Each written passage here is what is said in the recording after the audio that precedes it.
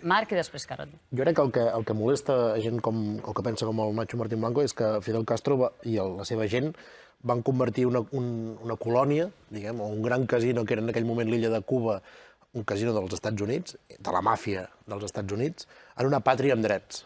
No? I això ho han pogut mantenir durant gairebé 60 anys, o més de 60 anys, perdó, i amb molta dignitat. O sigui, han convertit una illa, un país, que era una colònia, que tenia tots els visos per ser un desastre polític, com pot ser una altra illa del Carib, com és Haití, per exemple, amb un lloc, amb un estat que funciona, amb uns serveis socials que funcionen, i sobretot han donat dignitat a la gent.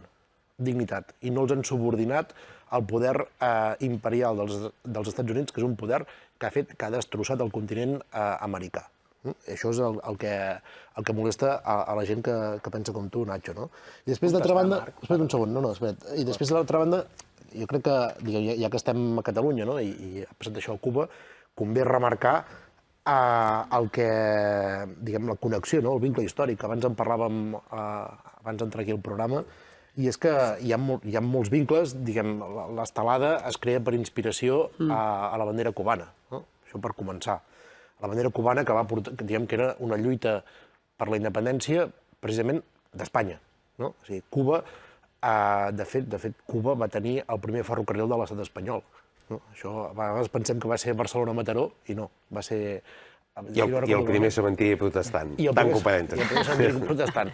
Moltes vegades pensem que va ser la línia aquesta que tenim entre Mataró i Barcelona, línia que falla cada 2x3 i que l'agafo gairebé cada dia, per tant, parlo amb coneixement de causa.